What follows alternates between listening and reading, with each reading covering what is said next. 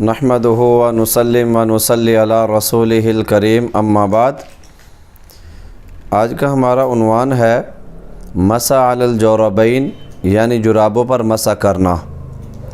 Mirza Ali engineer ने अपने एक बयान में कहा कि तिरमिज़ी के अंदर जुराबों पर मसा करने वाली हदीस है और यही हदीस सुनन अबी दाऊद के अंदर इमाम अबू दाऊद रहिमहुल्लाह ताला अलैहि ने भी इसे ज़िक्र फरमाया है।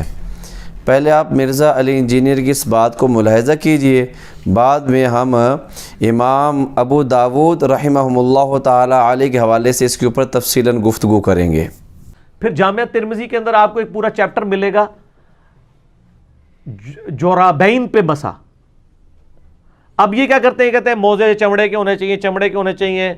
वो चमड़े वाली हदीसें लादा है, जुराबों वाली लादा है। ये जौरब तो लफ्ज़ ही अरबी का है, आप जाके अरबी डिक्शनरी में लिखे जौरब कहते हैं कपड़े या ऊन का ऐसी चीज़ जो पाँव पे पहनी जाती है, चमड़े की होनी ज़रूरी नहीं है। अलबत्ता इमाम तिरमिज़ी ने लिखा है कि वो जुराब मोटी होनी चाहिए जिससे जिस्म बाहर नहीं ढलके। हमारी जितनी जुराबें ये मोटी होती हैं, बारीक जुराब तो हम कोई पहनते हैं, वो औरतें गर्मियों में शायद कोई पहनती हैं जिसमें जिस्म नज़र आता है, क्योंकि असल मकसद तो ये है ना कि जिस्म ढांपा जाए। जो मुस्लिम शरीफ में हदीस है, कुर्ब क़यामत में औरतें ऐसा लिबास पहनेंगी कि जिस्म नंगी नजर आएंगी। तो जिस्म ढांपना होता है ना मकसद, पाँव की सर्दी ढांपने का मकसद है ना कि आप मोटी जुराबी पहने। तो हमारी ये जुराबें जितनी होती हैं ना, चाइना की या पाकिस्तानी, ये मोटी हैं और इनके ऊपर अगर आप तरी वाला हाथ रखें ना तो पाँव गीले नहीं होते। ठंडक जरूर महसूस होती है लेकिन गीले नहीं होते हैं, ठीक है। और तरी आपने वो भिगो के नहीं करनी, मैंने बताया, वो पूरी सिर्फ गीला हाथ रखना है। इसकी हदीसें तिरमिज़ी में लादा से हैं और इमाम तिरमिज़ी ने इस हदीस को हसन सही भी कहा है। अगरचे हमारे नज़दीक वो रवायत कमज़ोर है सुफियान सौरी की तदरीस की वजह से, लेकिन इमाम तिरमिज़ी इस हदीस को सही समझते हैं। अलबत्ता हमारे पास मुसन्नफ़ इब्न अबी शैबा में 5 सहाबा से मौजूद है कि जुराबों पर मसा पे इजमा है सहाबा का। और आपको मज़े की बात बताऊँ, ये हदीस अबू दाऊद में भी आती है। जी, आपने मुलाहिज़ा किया, मौसूफ़ ने कहा कि जुराबों पर मसा करने वाली हदीस सुनन अबी दाऊद के अंदर भी मौजूद है। हम आपको बताएंगे कि इमाम अबू दाऊद रहिमहुल्लाह ताला अलैहि ने सुनन अबी दाऊद के अंदर सफ़ा नंबर 21 के ऊपर एक उन्वान दिया है, बाबुल मसही अलल जोरबैन, यानी ये बाब है जुराबों पर मसा करने के हवाले से।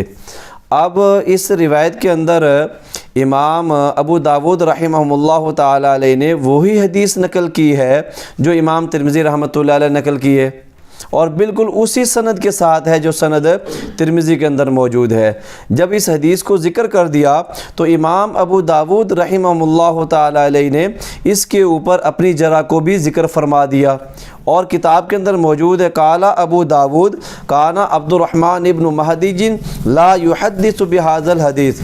इमाम अबू दाऊद रहिमहुल्लाह ताला अलैहि फरमाते हैं कि इमाम अब्दुर्रहमान बिन महदी रहिमहुल्लाह ताला अलैहि इस हदीस को बयान करते ही नहीं थे।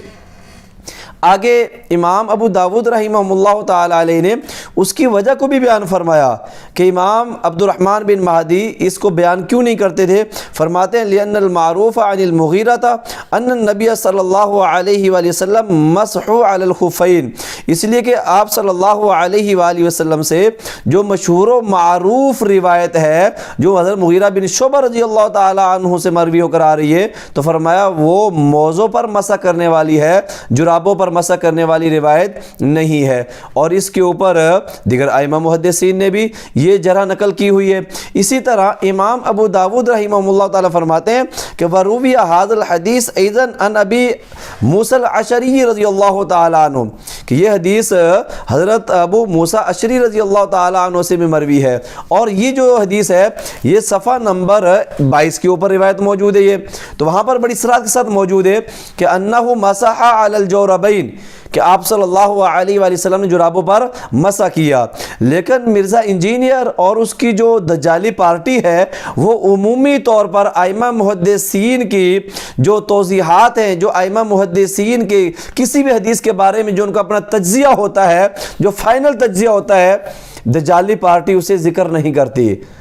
मिर्ज़ा इंजीनियर ने ये तो कह दिया कि ये रिवायत سنن ابی داود کے اندر بھی موجود ہے، لیکن آگے یہ نہیں کہا کہ حضرت ابو موسیٰ الاشعری رضی اللہ تعالی عنہ سے جو روایت مروی ہے اس کی سند متصل بھی نہیں ہے اور اس کی سند قوی بھی نہیں ہے، اور امام ابو داود نے ان الفاظوں کو خود سنن ابی داود کے اندر اس حدیث کے نقل کرنے کے بعد ذکر کیا ہوا ہے، فرمایا وَلَيْسَ بِالْمُتَّصِلْ وَلَا بِالْقَوِيِّ جی کہ یہ سند متصل بھی نہیں ہے اور یہ سند قوی بھی نہیں ہے جو حضرت ابو موسیٰ الاشعری رضی اللہ تعالی عنہ سے مروی ہو کر آ رہی ہے۔